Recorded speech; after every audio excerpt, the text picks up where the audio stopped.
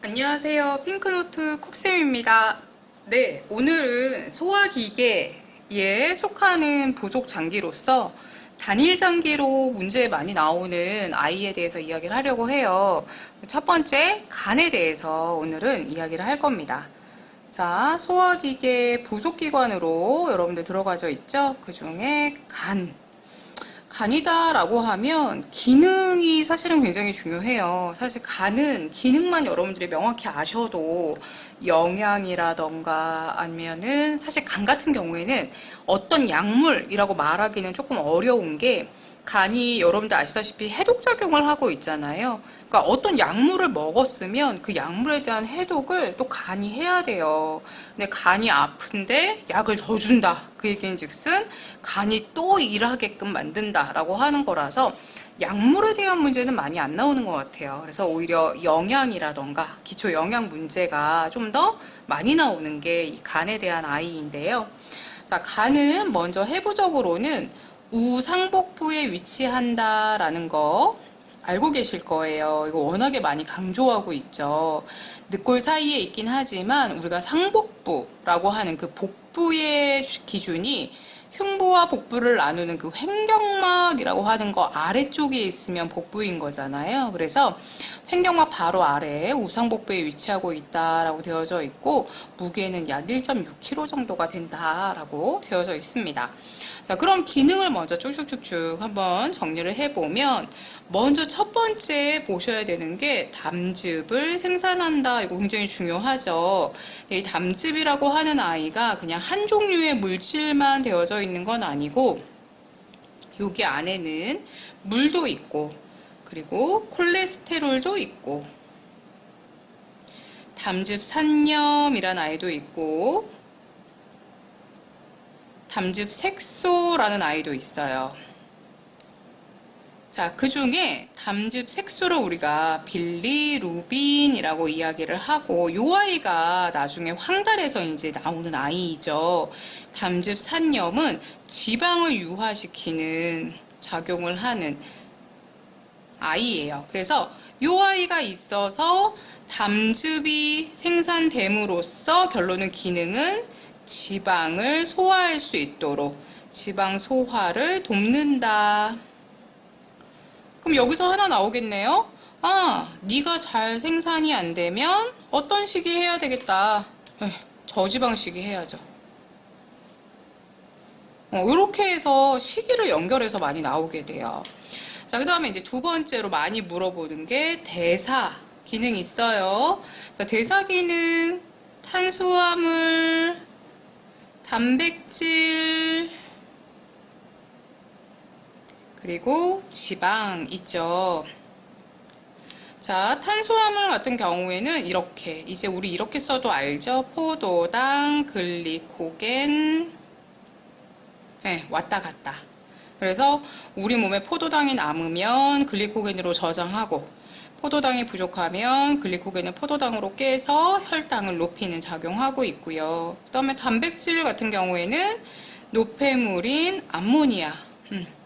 아, 얘가 중추신경계에 이제 많이 마음이 급해서.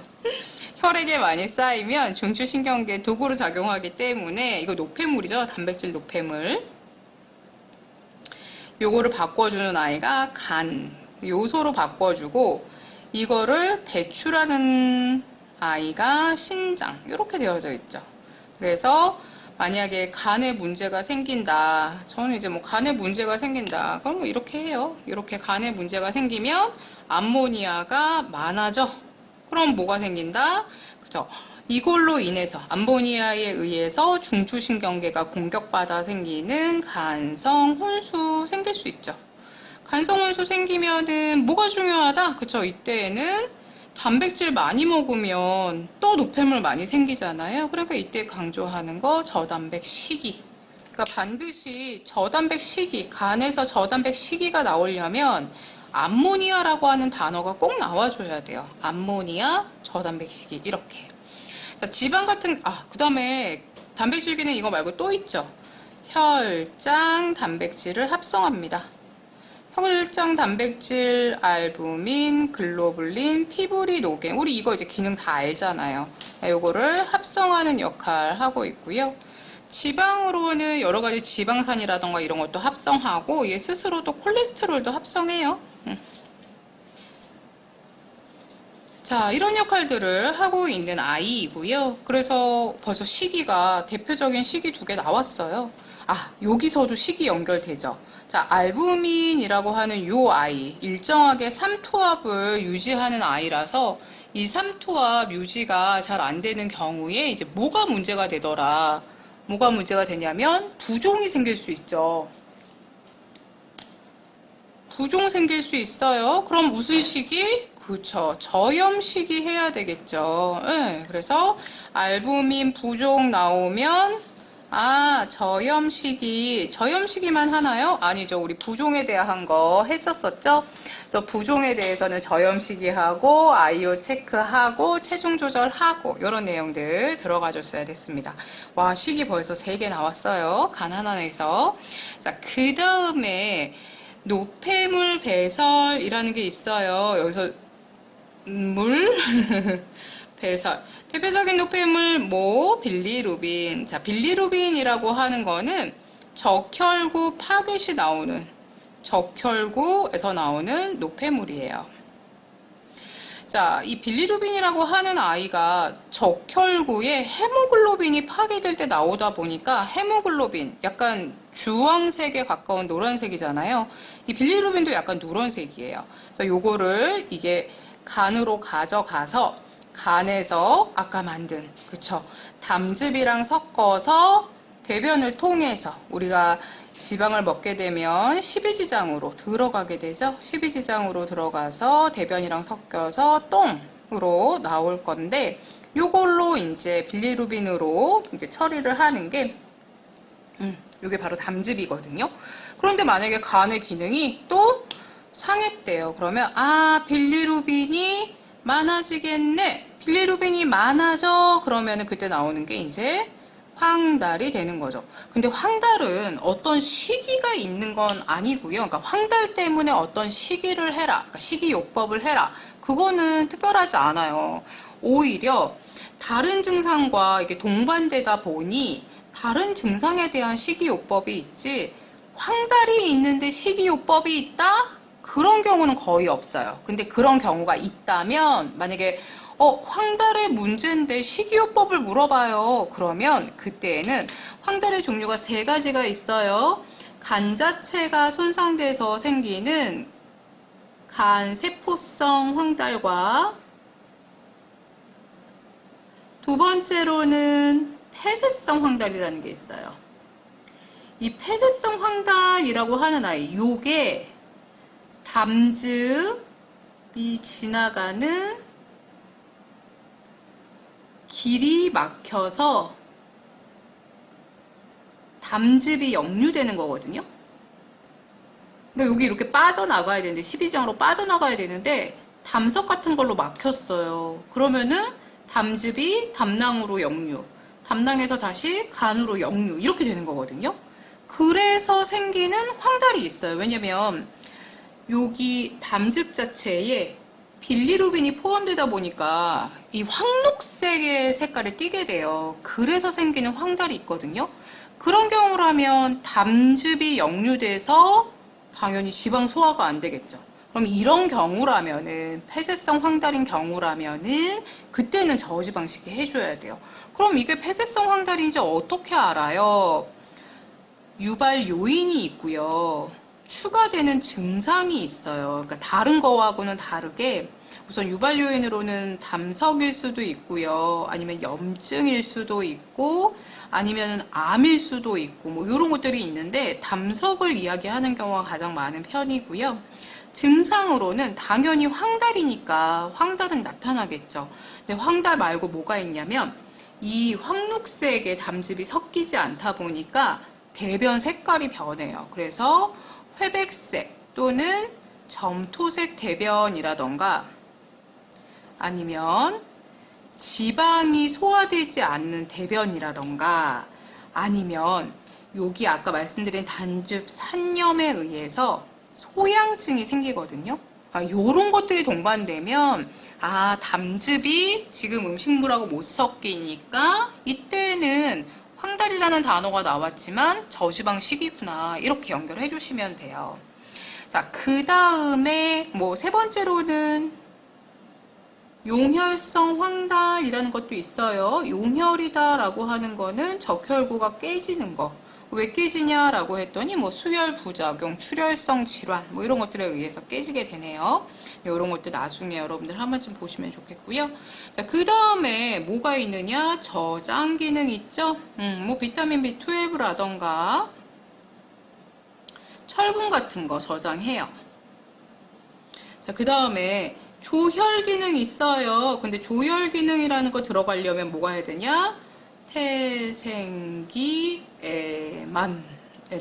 단어 들어가 줘야 되고, 그 다음에 우리 몸에 쿠퍼 세포라고 하는 세포가 포진되면서 방어 기능 담당하고 있어요.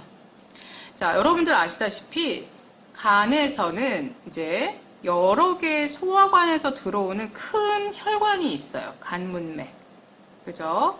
또는 문정맥이라고 하는 소장에서 흡수된 또는 위에서 흡수된 영양소가 간으로 다량의 영양소를 운반하는 큰 혈관이 있거든요. 혹시나 이 간문맥을 통해서 노폐물이나 이물질이 들어왔다라고 하면 그걸 제거하는 역할을 이 쿠퍼세포가 하고 있어요. 그래서 이렇게 하나를 잡아주시고, 병에 대한 거는 사실 별거 없어요. 네. 만약에 간에 어떤 병이 생겼냐? 그럼 첫 번째는 간염이 있을 수 있겠죠. 간염은 여러분들 아시다시피 간의 염증은 여러 가지에 의해서 생길 수 있지만 우리가 물어보는 거는 바이러스성 간염 이야기하고 있어요. 그래서 그냥 간염 같은 경우에는 A형, B형, C형이 있고, A형 이거는 몇 급? 그쵸, 얘는 2급. 24시간 이내 신고 격리, 얘는 3급에 해당하는 아이죠. 전파 경로도 얘네랑 달라요. 그래서 2급, 3급 다른 거죠. 특별히 어떤 치료 방법이 있다기보다는 환자 증상 보면서 거기에 대한 식이요법이라던가 이런 거, 아니면 절대 안정, 휴식, 잘 먹고 쉬는 거가 답이에요. 왜냐면 원인이 바이러스이기 때문에 요거 같은 경우에는 어떤 특별한 치료 방법을 권장한다라는 거는 별로 없고요. 잘 먹고 잘 쉬고 이렇게 연결하시면 되겠고, 다만 A형 예방접종이 있죠. 네. B형 예방접종이 있죠. 그래서 A형과 B형 같은 경우에는 예방접종을 권장한다라는 게 있지만 C형은 예방접종 없어요. 전파 경로는 B형과 C형 비슷하거든요. 그래서 C형에 대한 예방 방법을 여러분들이 조금 더 보셨으면 좋겠고, 그 다음은 간경화죠. 간경화가 진행이 되면, 자, 간경화의 증상에는 황달도 나타날 수도 있고, 부종도 나타날 수 있겠고, 그 다음에 글로불린도 부족하니까 면역력도 떨어질 수도 있고, 피브리노겐 부족하니까 출혈의 가능성도 있겠고, 그 다음에 또 뭐가 있을까요? 하여튼 다 나타날 수 있겠네요. 영양소 결핍도 나타나겠고, 그죠? 그러다 보니까 간경화는 특별히 어떤 증상, 어떤 간호라는 부분보다는 간경화가 심해질 때 나타나는 합병증을 좀 많이 물어보죠. 간성혼수. 그래서 간성혼수가 나타날 때는 저단백식이, 하지만 간성혼수가 나타난다라는 단어가 없거나 암모니아가 높다라고 하는 단어가 없다면 잘 먹어야 된다. 그게 땡입니다. 그래서 여러분들 세부적인 내용은 교과서 보시고 꼭 확인해 주시고요. 저는 이렇게 정리를 좀 하겠습니다. 자, 그러면 여기에 해당하는 문제를 풀어보겠습니다. 문제입니다. C형 간염 예방을 위해 예방하는 방법. 자, C형 간염은 B형 간염과 전파 경로가 비슷하지만 예방 접종이 없다라고 했었어요. 자, 그래서 면역을 위한 예방 접종을 실시한다. 이거는 아니었어요. 전파 방지를 위해서 N95 마스크를 착용한다. N95 마스크는 대표적인 공기 전파의 위험이 있는 경우에 쓰는 거라서, 자, 우리 같은 경우에는 지금 현재 결핵, 코로나 같은 경우에도 사용할 수 있겠네요. 병원에서. 그죠? 그리고 인플루엔자 이런 거 얘기 나올 때 공기로 전파되는 경우에 생기는 내용인데, 이건 공기 전파는 아니잖아요. 그죠? 그러니까 이거 아니고, 식기 따로 사용하고 이거 자비소독해라. 자, 요거는 대표적인 A형 간염에 대한 내용이죠.